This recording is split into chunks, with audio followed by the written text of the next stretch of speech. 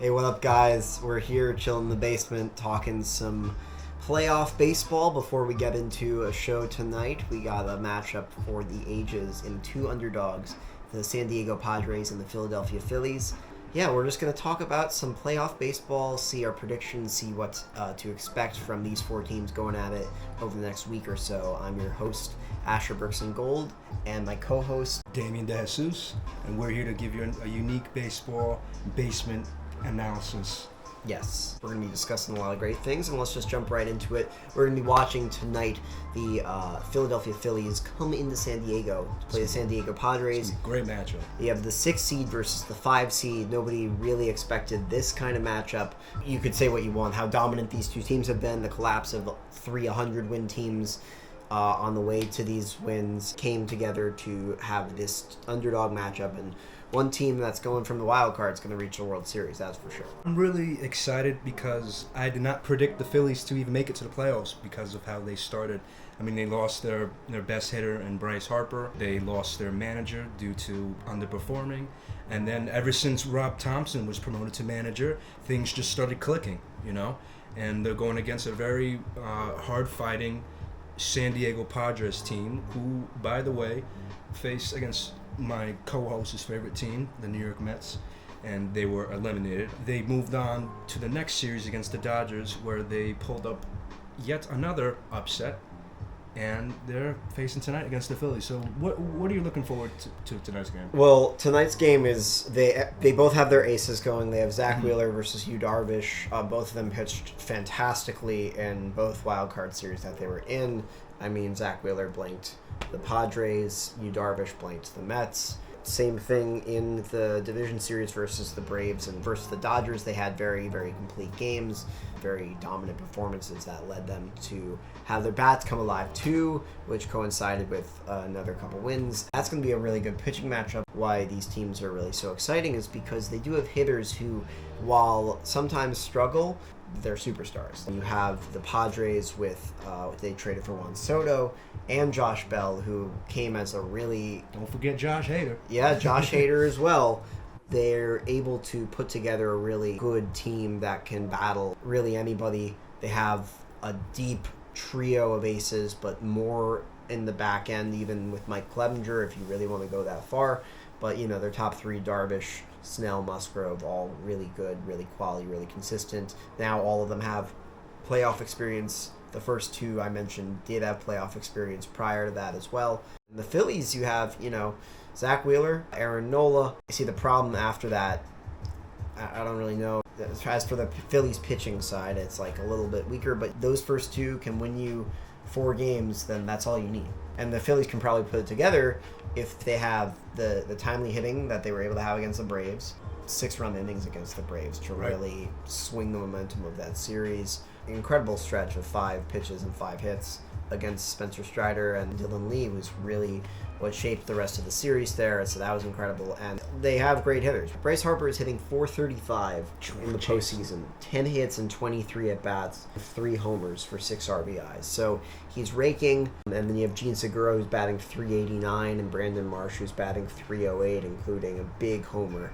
They have good pieces, and then you have Kyle Schwarber and Rhys Hoskins, who are also very good, who have been struggling this postseason as well. They have good pieces, but honestly, where I'm going to go is the Padres, because I think the Padres are more complete out of those two. I'm going to disagree with his take on this one, because looking at the last couple games the Phillies have played, it can show you what kind of offensive production they can provide for you.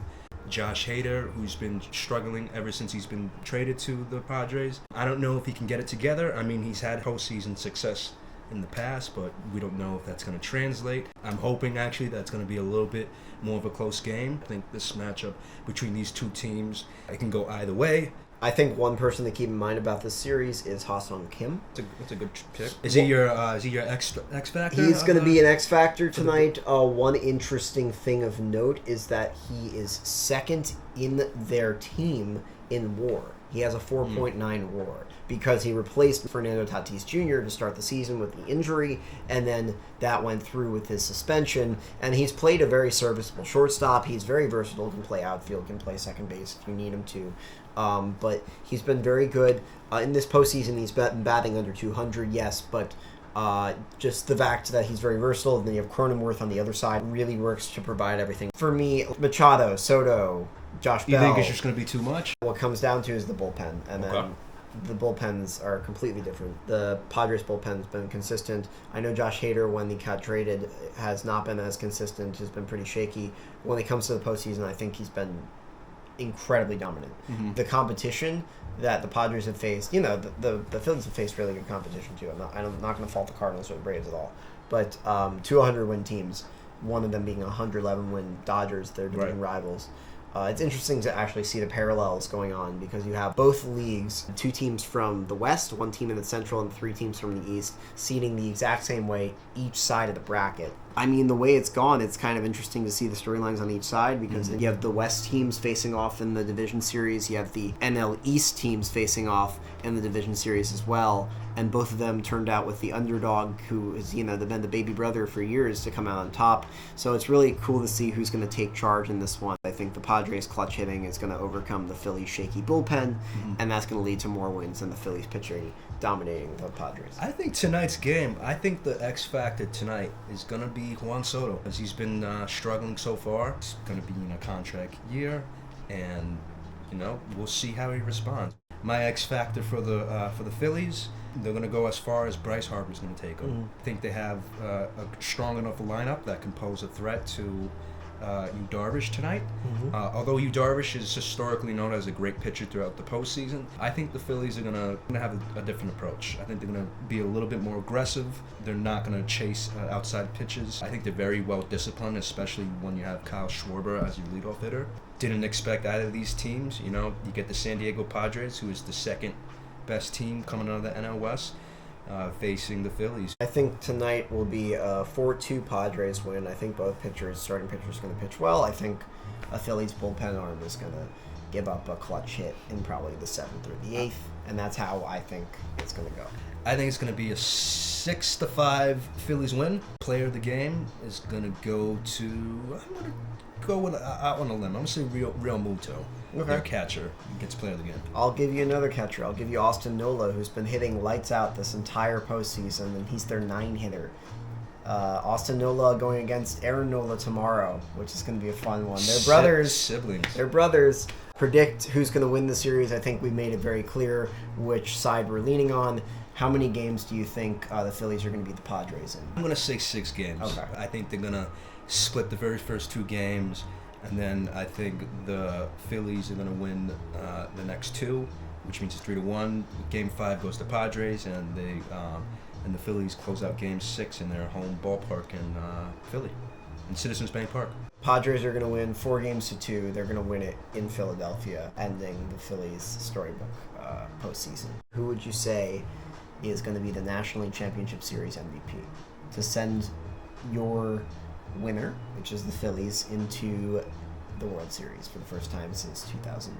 Either going to be Bryce Harper or it's going to be Kyle Schwarber. It's going to be the MVP. What about you? Who you got for the Padres? I have Jurickson Profar. Oh, okay. That's it. I didn't even mention Jurickson Profar, leadoff hitter, multi-talented utility man who plays left field primarily, and was with the Rangers, number 1 overall pick, Rangers, A's, now here with the Padres, and he's just killing it in that leadoff spot. I love his swing, and I think that he will lace a homer or 2 in the series, gap-to-gap hitting. Is the game in San Diego tonight? It's in San Diego tonight. Oh, that's going to be and he's a speedster, and he's great. So, Jurickson Profar, NLCS MVP. Now that leads us to the ALCS, and let's get into it. Damien mentioned I was a Mets fan, and we can get into that in the future. Plenty of disappointment to go around. He is a Yankees fan. They just took down the Cleveland Guardians today, 5-1. It's going to be a real tough team against the Astros. I think it's going to go 6 games, and unfortunately, I think it's going to go to the Astros. I don't see us getting a win in Houston. Beat us every time when we're there. What's your take? I think the Astros are going to win it in 6. The Astros are by far and away the most complete team in the majors this year. I even put them ahead of the Dodgers as being the most complete team. And the fact that they're the only 100-win team left, they took care of the Mariners. I mean, that 18-inning game, incredible. And that comeback in the first game, incredible. And it really goes to show you what heroes they have on their team, right? It shows you they have Yordan Alvarez, who is an incredible player, and my early lock for next year, my early prediction for MVP next year. That's a good take. Yordan Alvarez, Alex Bregman's having a really, really good postseason as well. And then you have Jeremy Pena, a very good rookie. You have Kyle Tucker, who always is consistent in the outfield for them. Getting rid of Carlos Correa turned into being a very good decision for the Astros because now they have more younger talent surrounding them. And Yuli Gurriel has even produced a little bit at first base for the postseason, but really it comes down to how good their pitching is, and it really is good. You have Justin Verlander, who's going to probably win the Cy Young this year at age 39, and he even missed a couple weeks with calf injury, but the big injury for him was 2 years in a row he missed, believe, for Tommy John surgery, and he came back and pitched to an under 2 ERA, firing strikeouts left and right.